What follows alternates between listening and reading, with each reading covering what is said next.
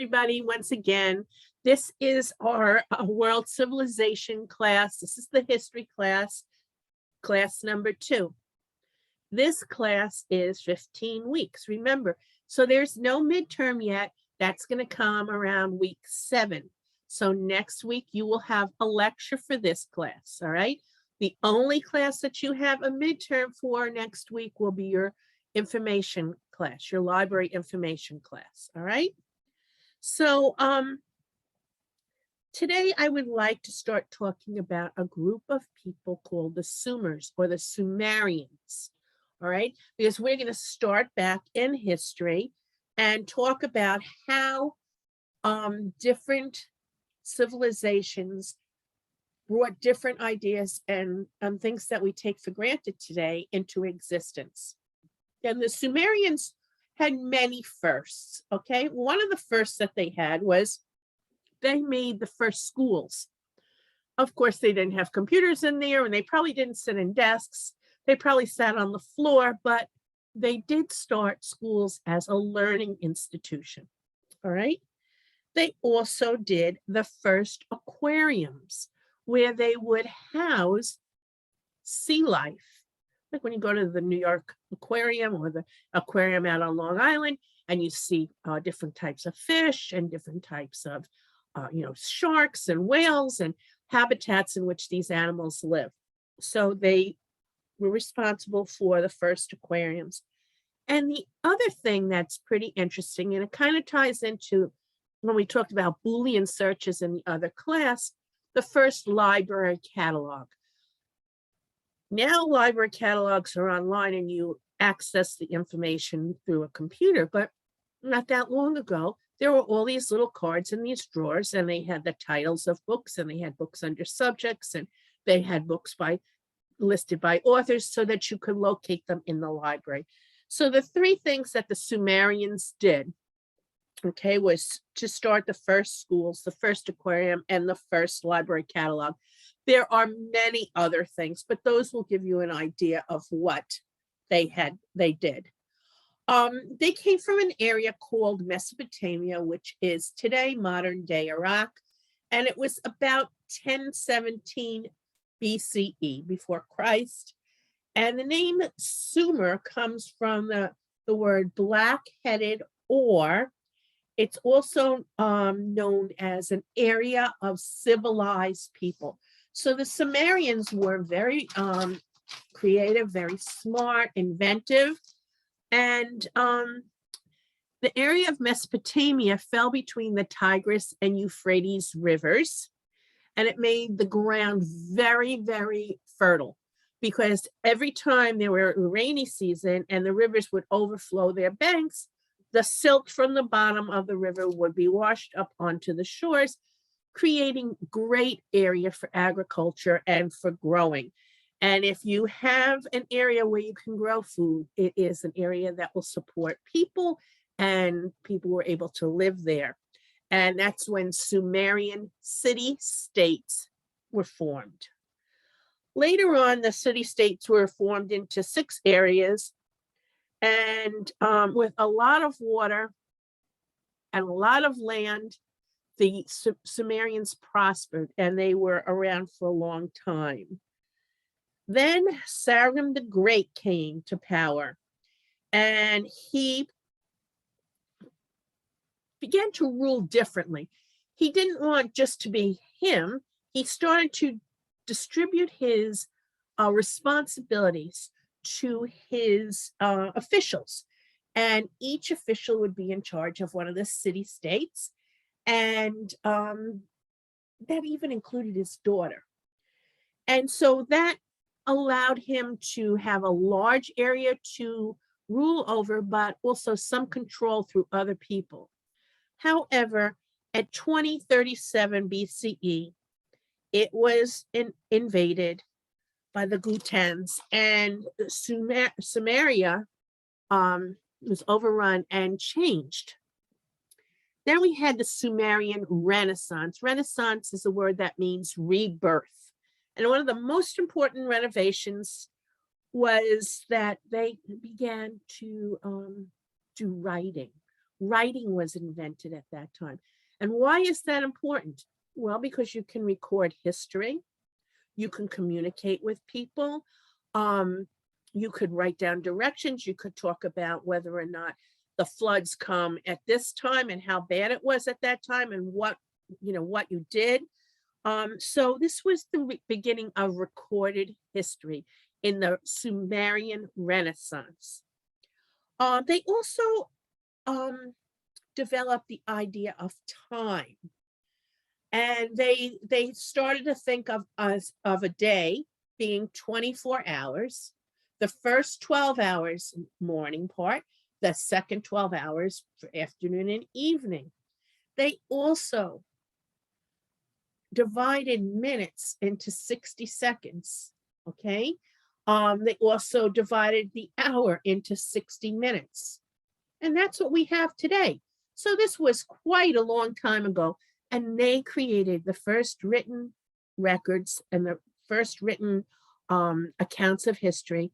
And they also divided time and place up with sort of a clock system, all right? Mainly people were looking at, well, okay, it's light outside, I get up. Oh, it's dark, I got to go to bed. And, that did work because they didn't have a lot of light or, that kind of thing. I mean, in the summer it would change, but nowadays it doesn't matter to us. We have electric light, we have heat, whatever. But they started the concept of time. Also, some of the oldest wheeled vehicles were found during that time.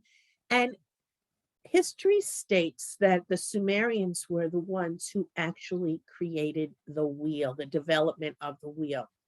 So that too made things a lot easier as far as transporting things from one area to another, moving goods if you wanted to build something, transporting food and that sort of thing. So the invention of the wheel was very important. Religion was the main structure of life for the Sumerians, and they believed that people should work with the gods in an orderly manner, okay? And humans were considered to be the workers of the gods, that humans were put on earth to do the work that the gods wanted them to do. The decline of Sumer and the Sumerian civilization began in the reign of Hammurabi. Hammurabi was famous for creating the first law code. He was the first person to start making laws that people followed, okay? And the Sumerian culture collapsed in about 1750 BCE after an invasion by the Elamites. The Elamites came in and invaded, and there were invasions all the time, and that society collapsed. What I'd like to do now is to share with you some information on a video about the Sumerians.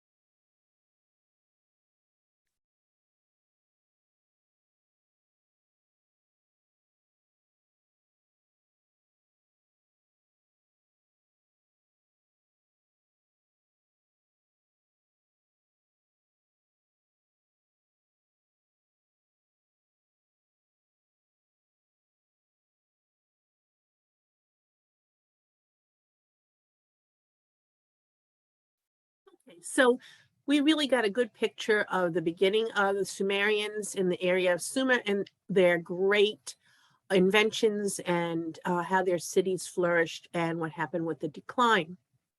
The next area that I'd like to talk about was always one of my favorite, and that's ancient Egypt. And ancient Egypt was huge. It was in it was about I don't know. It was stretching from Syria to like the Sudan region, quite big and very powerful. And it had many different times in it. They had city states, and they would be along the Nile River. Again, as with the Sumers, the Nile River provided transportation, easy transportation. It flooded, it created an area where, because of the floods, the silt came up and it was fertile. There was fertile crescent there. They could grow food, they could farm, so it was really important. And about 3,100 BC, the area of Egypt was united. There were three major periods of prosperity in ancient Egypt, and one was called the Old Period, one was called the Middle Period, and the next one was called the New Period. Very original, right? Rulers were called pharaohs, okay? And that means great house. The word pharaoh means great house. And they were protectors of the people, and they could be either men or women. There were men and women who were pharaohs.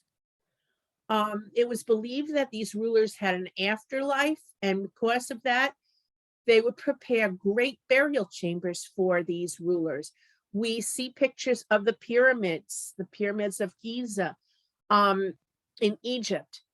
These are some of the burial chambers for famous pharaohs. And during the whole life of the pharaoh, their burial chamber was being built. People didn't have a real long life period anyway. But you got to remember, they had to transport their materials. It took hundreds of thousands of people to do this. And they had to get it ready for the afterlife.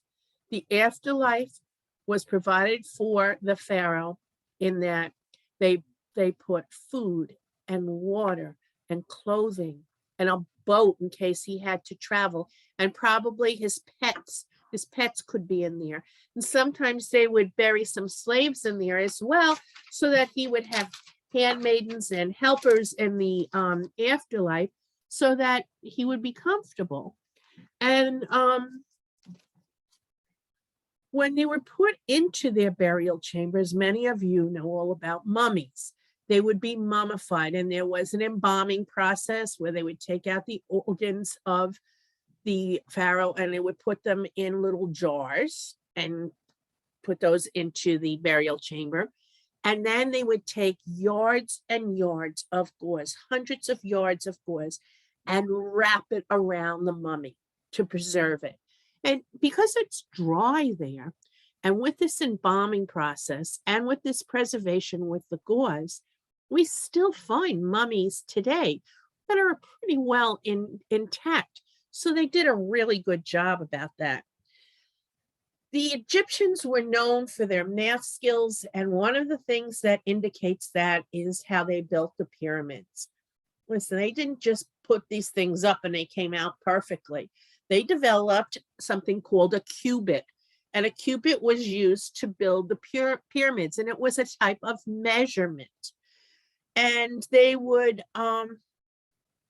they also measured time by astronomy, and they created a 24-hour day as well as the Sumerians did, and a calendar that lasted 365 days, which is very much like what we do now. So those inventions way back then in 3100 BC are still being used today.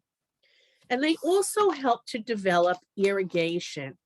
And they had a series of canals that they would use to bring water from the Nile River to areas so that they could farm. Um, Egypt also worked with writing. They did hieroglyphics, and um, hieroglyphics has over 700 characters in it, very difficult. But they too were able to record history like the Sumerians. And many of us have seen hieroglyphics, picture writing, and you'll see it in our video. The Egyptians also developed a type of paper. Now, remember, we talked a little bit about this in the library class last week. The first way of recording history was on clay tablets. Kind of hard to bring your clay tablet around with you, right? And they stacked them on top of each other. They could break, that kind of thing. But papyrus was growing, a reed plant, all along the shores of the Nile River. And what they would do is they would take the papyrus and crush it and roll it out and put pieces of it together to make a type of paper. And it was usually rolled and stored as a scroll, okay? And so it helped to record history. And nice thing about papyrus rolls is you could pick them up and carry them easily from one place to another. So if your land was being invaded by someone and you wanted to keep your documents and your history, you could easily transport some of these papyrus rolls with you. And you could bring them to different places. And of course, they would record a lot of religious things on papyrus rolls as well. The decline of ancient Egypt came when the Persian Empire expanded and the Roman Empire too came in and overwhelmed ancient Egypt. So I'd like to show you a little bit about ancient Egypt, okay? All right.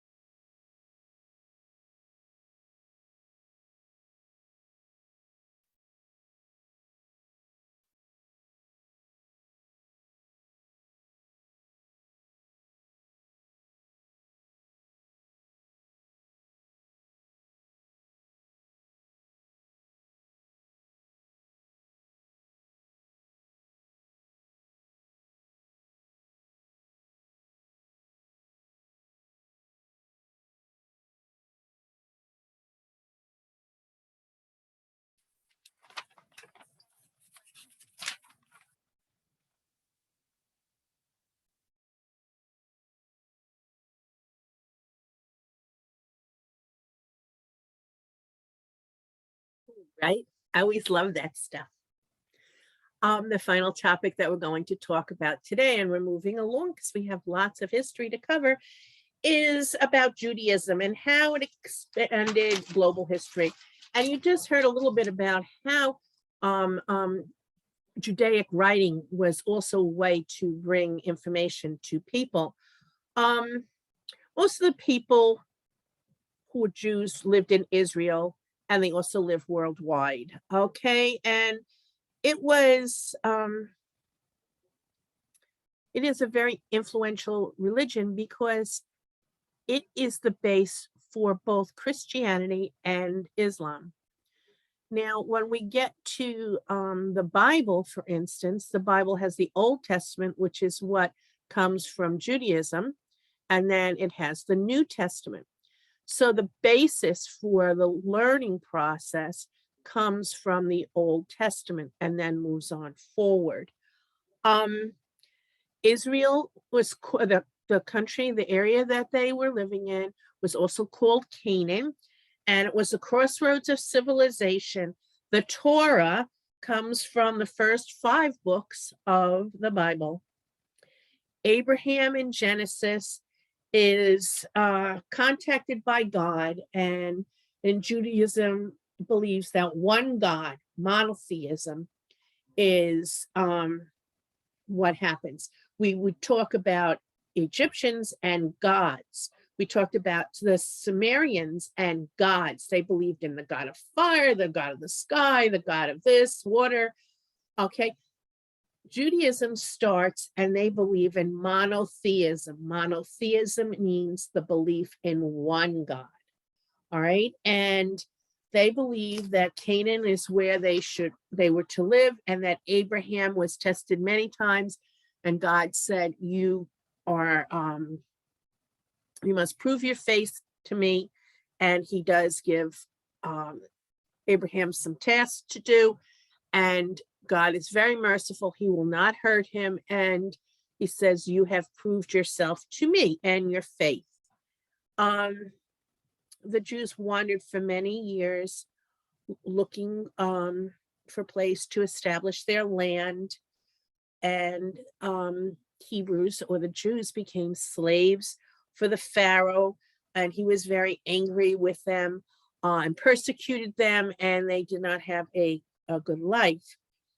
What you will see in our video is the beginning of Judaism, and how Palestine and how Canaan become the homeland for the Jews, and how Judaism is the base of Catholicism and Islamic belief, and that it is for the one God, monotheism. And they'll show it to you in a very ordered way, and will help you understand this. This will be the final topic that we'll cover today. I hope you enjoyed this lecture. Let's see if we can share this.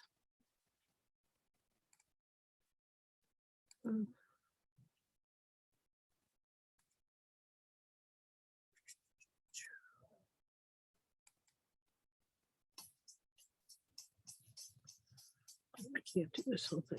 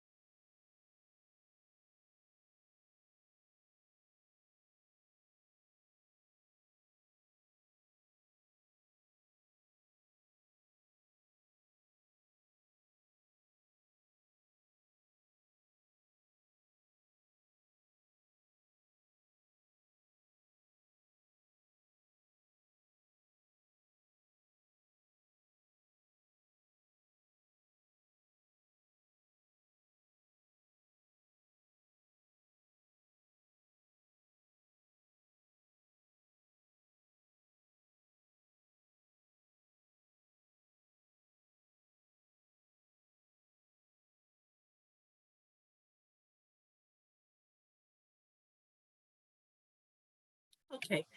So we got an idea of how Judaism was formed, how it began, how it influenced Christianity and Islam. And so that's why it is so important. This is one of the religions that we will cover, but we will talk about other religions as we move on in our history class. That's it for today. I hope you enjoyed your class. Stay warm. Hopefully we won't have any snow. Again, for those of you, we do not have a midterm for this class next week. You only have a midterm in your library information class, okay? So I'll see you for a lecture next week for the history class, and you'll be taking your midterm for the library class. Have a good week. Thanks. Bye.